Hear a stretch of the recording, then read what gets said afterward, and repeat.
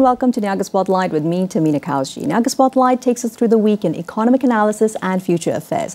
Now today on analysis, our spotlight is on Malaysia's timber footprint and looking at economic risk and ESG fallout. So Malaysia, of course, is positioning itself as a green economy leader as ASEAN chair this year, while also keeping in mind the upcoming COP30 narrative in Brazil happening from November the 10th to the 21st. Malaysia's stance for COP30 in Brazil emphasizes a shift from aspiration to execution, calling for greater climate justice and equitable financing, and supporting a focus on forest conservation, particularly tropical rainforests. Also, as the 2025 ASEAN chair, Malaysia aims to present a joint regional statement and align its actions with the collective goals of ASEAN member states.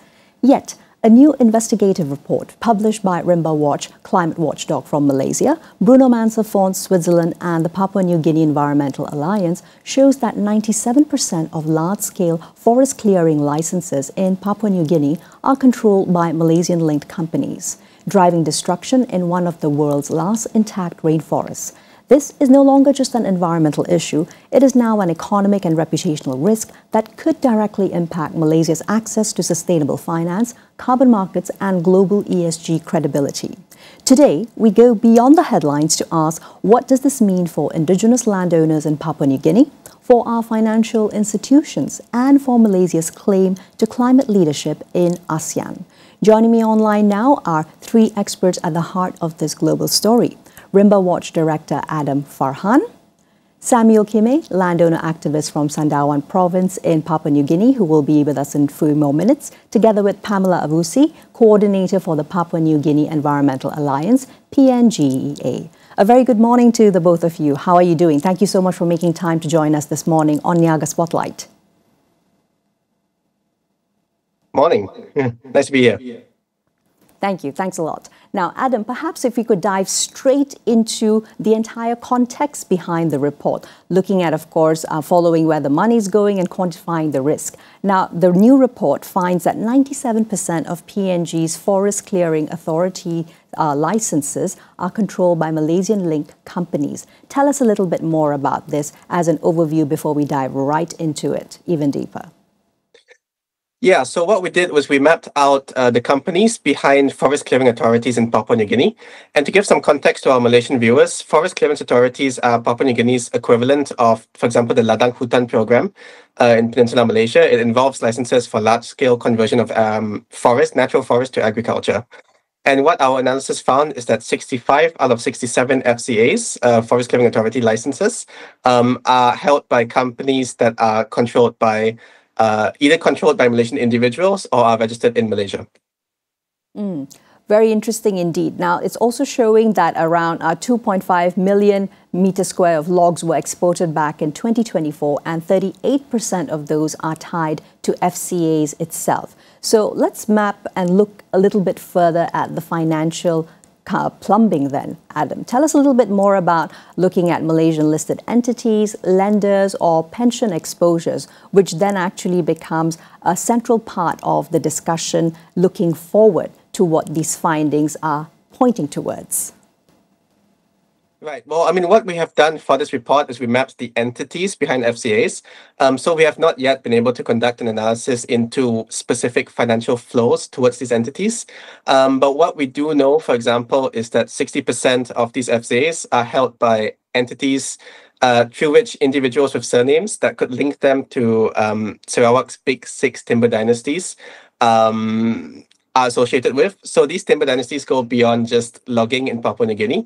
They're involved in other sectors in Papua New Guinea, Sarawak, in KL and beyond. For example, real estate, agriculture, media, infrastructure, mining, and so on. So while we don't know the financial flows into these FCAs specifically, we do know financial flows towards these wider entities, these wider big six timber dynasties more widely. So that's what we can say at the moment. Thank you very much for sharing the picture insofar. And actually, just to dig a little bit deeper then now, so Malaysia's deforestation abroad, we're not just focusing on it as an environmental issue alone. It could also perhaps increase borrowing costs and even then in the future expose our banks to perhaps global penalties as well. What would you say might be some potential financial consequences for Malaysia if the scenario that has been exposed happening in Papua New Guinea does continue?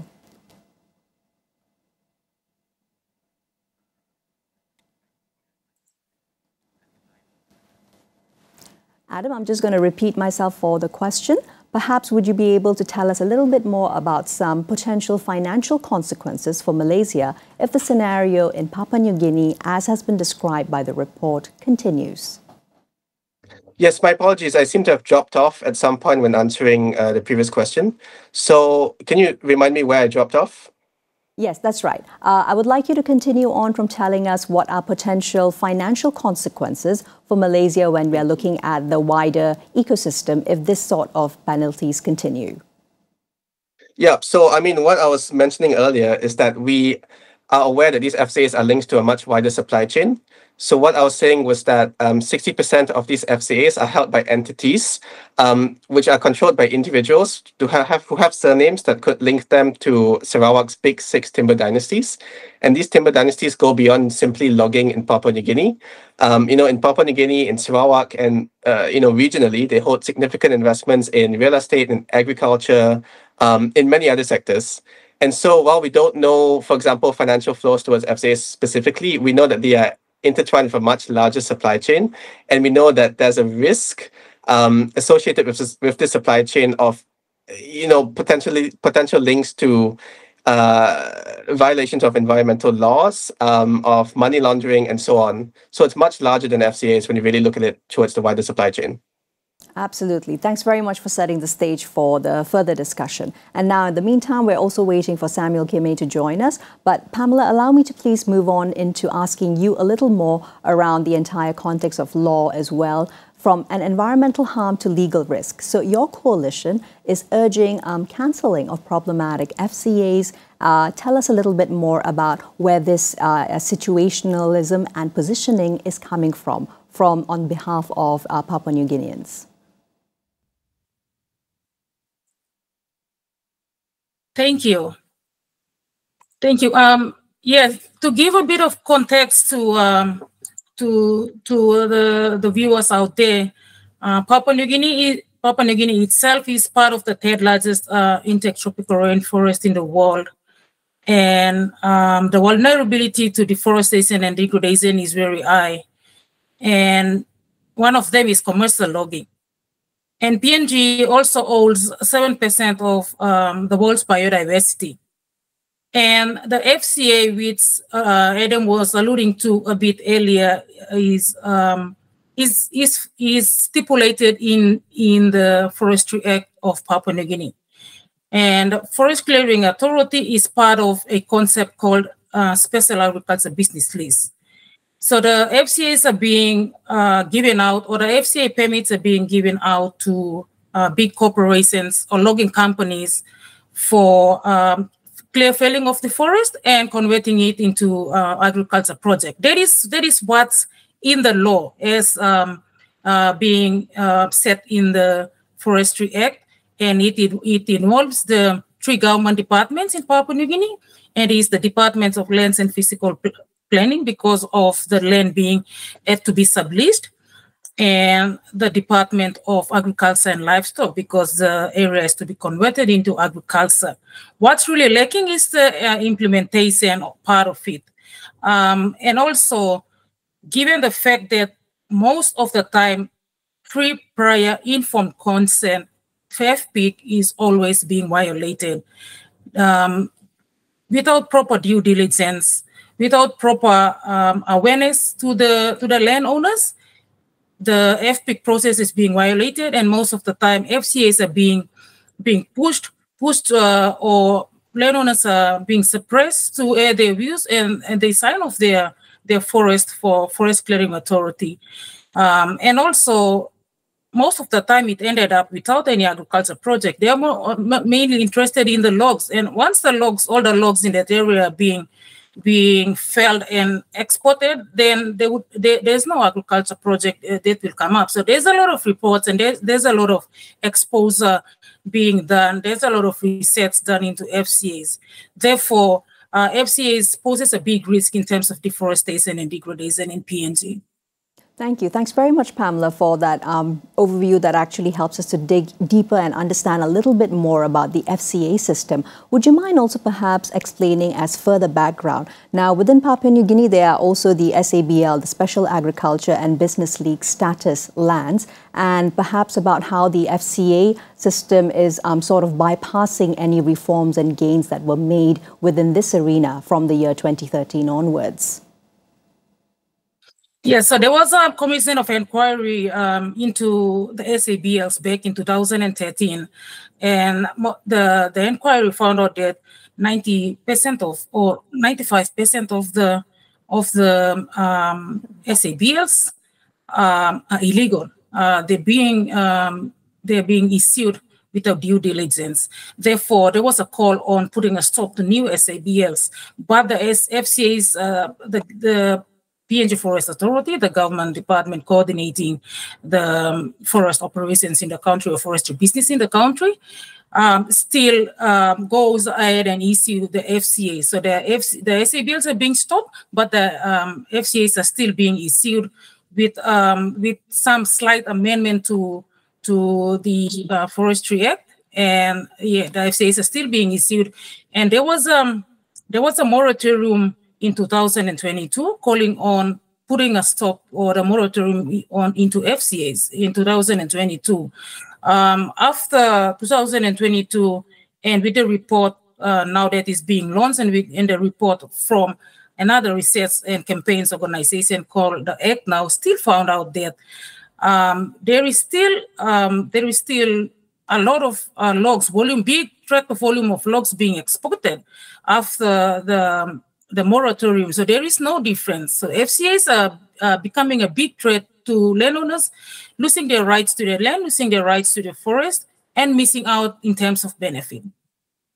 Absolutely. Now, it is indeed egregious. And moving into looking at arenas of perhaps cross-border cooperation, Pamela, what would you say are the cross-border cooperation which is required with potentially Malaysian authorities to close the loop, which has clearly been observed by PNGA as well as Rimba Watch and Bruno Mansafon's new investigative report? Sorry, can you please repeat your question again? I probably lost the first part of it. Sure. Would you be able to tell us what kind of cross-border cooperation is needed, perhaps with Malaysian authorities, to close all the loops that you have observed and told us about? Yeah, so as per the report, and the report clearly states that this is not only a problem in PNG, this is a problem for Papua New Guinea and also Malaysia. Malaysia in terms of, because most of the report found out 99% of the logging companies or the logging operations in Papua New Guinea is from Malaysia. And the problem to deforestation, degradation, human rights abuse, violation of human rights, people losing their land grabbing issue is partly on Malaysian government or Malaysian the country as a whole. It's partly the burden or the problem on the shoulder. So we call for PNG. There was firstly a review on the Forestry Act, and we call on the government to totally remove the FCAs from the Forestry Act because it is not benefiting the landowners. And in PNG itself, PNG is quite unique because the land is 90% of the land, more than 90% of the land is owned by customary landowners. And that 90% has decreased through FCAs. Most of the land, 10% after the introduction of FCAs, now it has decreased to 85%, or 10% was given up for FCA, and the people are missing out on the customary landowners are missing out on their land through land grabbing and through FCA. So the civil society, we made a call to the government. We provide strong opposition on removing the FCAs from the Forestry Act, and that follow-up action will still go on. We will be still pushing for the government to remove FCAs as it is not benefiting our people. And also, it is good for our government from PNG side to publish audit findings of how many logs are being exported through FCAs. And we understood that through the reports, all the reports and the facts and figures provided in the report, most of the logs being exported out of PNG lands on the source of China. And then it turns into furniture and timber to other markets in the other European markets and USA markets. And now European Union is putting the European Union Deforestation Regulation, EUDR. So they really need to step up and look at the logs coming from China, because most of the logs coming from China is from PNG. And the logs are being, the logs coming is from unsustainable logging. So if they are more committed into EUDR, they also need to track where these logs comes from. Also, to the banks or the financial institution, it is a big need for them to verify the companies that they have dealings with. The tax regulation, apply stringent processes into this, because most of the time the logs or the timber business violates the process of they also go into money laundering. So it is a call to the Malaysian government as well, or a call to the financial institution as well, to do good deep diligence checks, verify properly these big logging tycoons on tax regulation and money laundering, and also from transfer pricing of logs being exported. So it's a two-way thing from PNG itself, and also Malaysia, and also and thirdly to the market chain. And now with all the stringent requirements on the EUDR, the EU and the USA market has to look into that as well.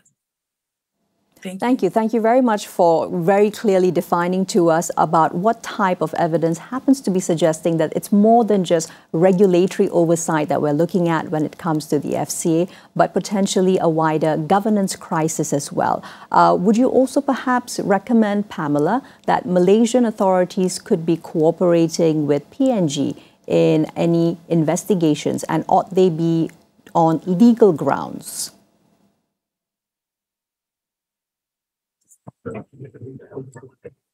Yeah. So as I mentioned, it needs combined effort into doing a proper investigation. And I've mentioned the three, like the financial institution, after 10, government, years, then they realize I shouldn't have done. And also we have our own laws on source in terms of giving out permits, in terms of entertaining a business into Papua New Guinea. So also a call to our PNG Forest Authority or government or a Treasury Internal Revenue Commission to really look into the business, because most of the report also found out that most of the 90% of the companies are from Malaysia. So it has to come from our leaders as well. It needs these leaders to really define what is development and what development really benefits our people. And there's a lot of loopholes and there's a lot of problems that comes with FCA. And this has to be really scrutinized, and this has to be really reviewed. And our leaders should really look into what is the best option, or how can we solve it? It is now or never. How can we work as the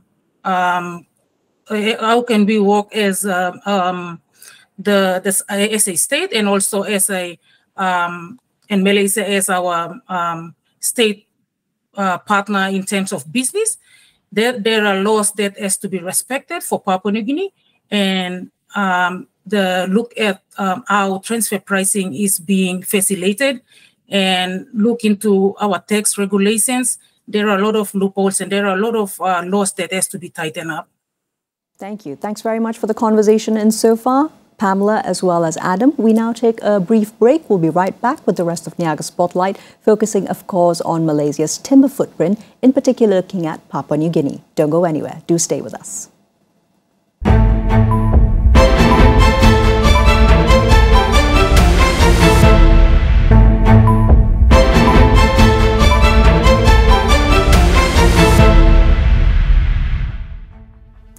Welcome back to Niaga Spotlight. Still with me, Tamina Kaushji. And today, of course, we've been looking at Malaysia's timber footprint, in particular looking at the scenario in Papua New Guinea when it comes to economic risk and also ESG fallouts. I have on the line with me insofar Adam Farhan, Director with Rimba Watch, a Malaysian climate watchdog, and also Pamela Avusi from the Papua New Guinea Environmental Alliance. We're also waiting on the line for Samuel Kine, who is a landowner activist from the Sandawan province in PNG, to join us. And if he does, we will integrate him as part of the discussion. Adam, meanwhile, moving into looking at particular red flags and also remedies then. So in your opinion, what specific governance or perhaps legal patterns appear across the FCA projects which were actually looked into as part of this report? Yeah, well, what we have been seeing in this analysis is that there are many larger companies associated with, the big six Sarawakian timber tycoons operating FCAs through smaller subsidiaries. And we are also seeing, as I mentioned earlier, individuals with the same surnames linked to these big six conglomerates dominating the FCA field. So as I mentioned earlier, 60% of the FCAs are held by individuals with surnames that are associated with the big six. So what we're seeing is that essentially this big six holds some form of domination over Papua New Guinea's forestry industry, and that in itself is already a red flag. Understand that very well indeed. Now, would you say that there are any immediate policy levers available to us here in Malaysia which could perhaps help to curb or even address these practices? Because there is also the need to potentially move forth with the idea of not harming legitimate forestry jobs that have been created via this in Papua New Guinea. Yeah, well, I mean, there's such a wide range of sort of policy levers that will be required to address this issue. One of the issues that we are proposing as part of the recommendations of the report is to see immediate regulatory action by, for example, the central banking system. So we hope that, for example, Bank Negara in Malaysia and their counterparts in Papua New Guinea, that they require, and we say it very clearly, not recommend, but require, banks to adhere to free, prior, informed consent and NDPE principles, NDPE being no deforestation, peat, or exploitation.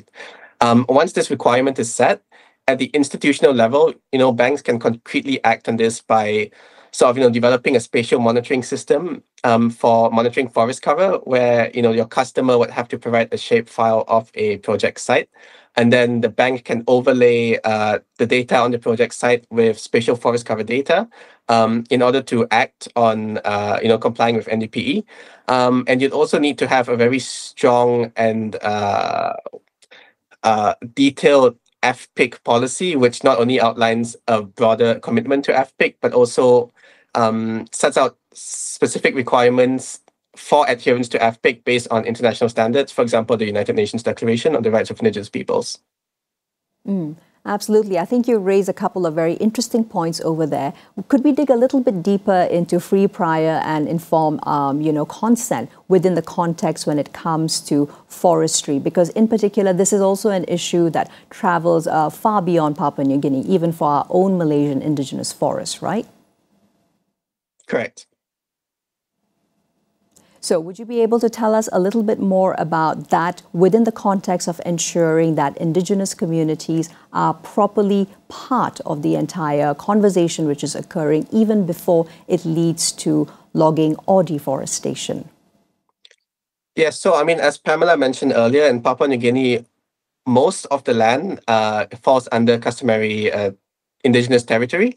And FPIC, for example, is a right enshrined in articles such as mentioned earlier, the United Nations Declaration on the Rights of Indigenous Peoples, which allows indigenous communities the right to, free, prior, and informed consent. Free being they have the right to say yes or no to a project. Prior meaning that this consent has to be achieved before a project starts, not after. Informed, meaning that the community has to have full access to information during this consent process, and consent, of course, being whether they can consent or not to a project. So this is a basic minimum requirement for any activity that may directly or even indirectly impact the rights of indigenous peoples. Absolutely. Now, moving into perhaps maybe our wider oversight structures, Adam, would there be a possibility now to enforce ESG compliance? And for Malaysian players, we're talking about, let's say, Bursa, maybe EPF, or even Bank Negara, who could step in? Or are we already at a point where it needs to move beyond that? Well, I think, for example, looking at the finance sector, the central bank has already recommended adherence to FPIC, for example, in the value-based intermediation and financing assessment, the VBIAF guidelines. But one of the problems is that these are not mandatory, that these are recommendations. What we're calling on is for articles such as FPIC and NDP to be required by the central bank to be a requirement for commercial financing. Absolutely. Thank you for that. So moving beyond recommendations into actual ensuring that it's part of the mandated requirements. It does not appear that perhaps Samuel might be joining us online, perhaps also as in the arena of representing Indigenous voices. Pamela, if you don't mind, I would also like for you to perhaps extrapolate for us in the arena of costs that don't necessarily show up in the GDP. From the community's experience in Papua New Guinea, let's have a look at what the hard costs and the impacts actually are for the people who are living on these lands in these areas. Let's look at issues such as perhaps, hunting, fishing losses, cultural sites, conflict, and otherwise. Please tell us a little more if you can. Thank you. So like I mentioned a bit earlier, the FCA is not really benefiting our landowners. They're losing big time, and they're losing in terms of environmental impacts. They're losing in terms of social impact as well. And the FCA is a 99-year lease. And imagine that 99 year, the rights are being forfeited to the government and the companies. So the government plays facilitates the business part of it, negotiates the business. But the real losers at the end of the day are the customary land owners. And for 99 years, that land is not, they don't have the right to it. The land is being given to someone else's hands for that 99 years. And as per the Act, it has to be renewed, or the agreement has to be renewed every 10 years. So the point on FPIC is very important that Adam was talking about.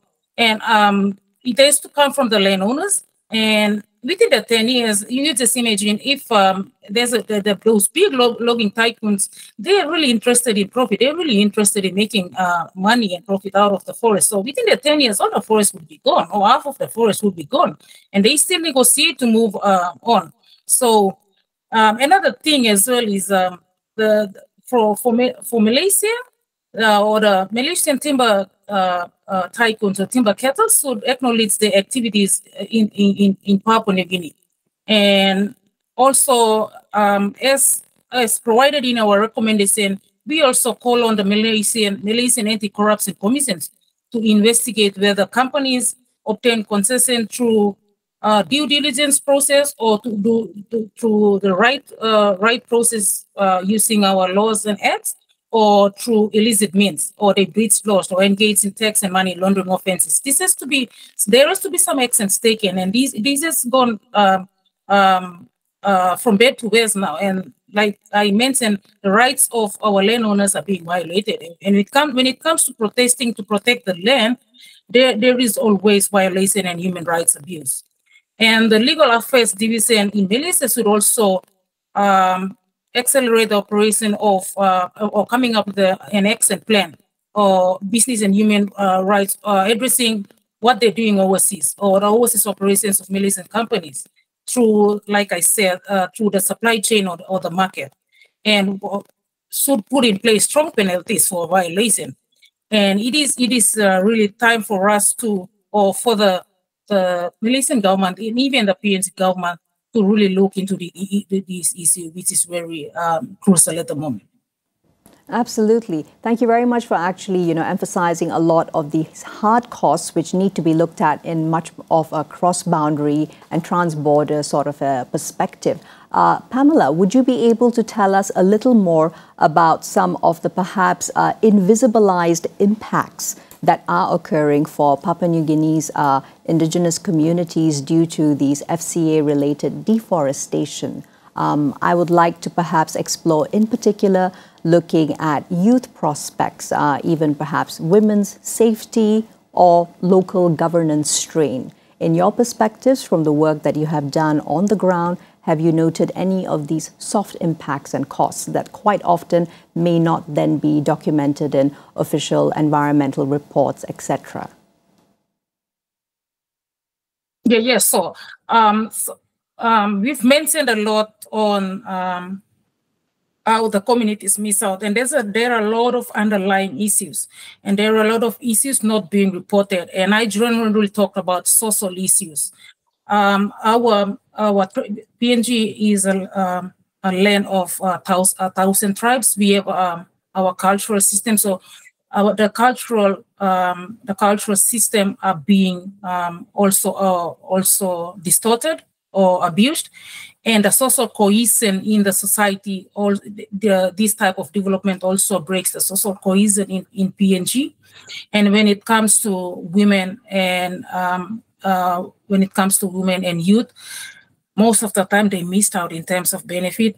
Most of the time they missed out in terms of giving their consent to development or to such development. And at the end of the day, the youths are the future generation, and they lost their forest. They lost what is traditionally their culture. They lost all the cultural significance on the value or the value of the forest or the significant value of the forest. And our young generation would not be able to benefit from the forest in the next 30 years. So this is like the gap now that is becoming a trend in PNG. Women are also being in logging, especially in logging operation areas. Women also tend to work in plantations, or they work in company areas most of the time. Or there are reports already, and there are some research done into that as well, where women rights are being abused, or there is a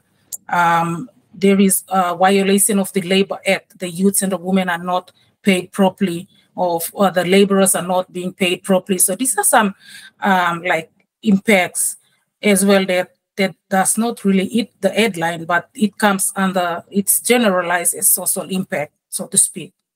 Absolutely. Now, absolutely. When the forest goes, of course, food systems, rivers, and even livelihoods also collapse. And what this, of course, means for daily life and survival are impacts that only the community is really able to extrapolate on. Thank you very much for those insights, Pamela. Now, as we move towards perhaps closing out the discussion, Adam, perhaps could I put this question to you? Now, of course, as we've discussed, PNG holds part of the world's third largest intact tropical rainforest. Now, what would you say is what Malaysian companies and other administrators could do perhaps over the next 12 months to demonstrate commitment to course correction now that this report has been unveiled moving forward? Yeah, well, I mean, we hope to see companies move by themselves, but we feel that companies that are, already so engaged in harmful extractivism, both locally and abroad, are not really going to be moved on their own, and they need to be forced to by ending their access to capital. So, for example, one milestone we would love to see in the next 12 months is for all Malaysian financial institutions to commit to an NDPE policy which covers all financial services, not just lending, and to commit to a transparent FPIC policy which clearly outlines what FPIC processes will be followed, benchmarked to international standards such as the United Nations Declaration on the Rights of Indigenous People. And we, of course, love to see our counterparts in Papua New Guinea do the same. Absolutely. Now, of course, Malaysian viewers watching this, all of this may be very new information to them, but nonetheless, thank you so very much for all the insights, both Adam Farhan as well as Pamela Avusi, from actually looking at all of this in deeper depth. Now, Malaysia stands at a crossroads. We can continue an extractive model that threatens our credibility and raises financing risks, or we can unlock the 100 billion ringgit green economy projected by 2030 and lead ASEAN forwards in climate responsibility. What happens in Papua New Guinea will determine not only our environmental footprint, but also our legitimacy as a nation ready to compete in a future where capital follows sustainability. I'm Tamina Kausji, signing off for now. Here's to a productive week ahead.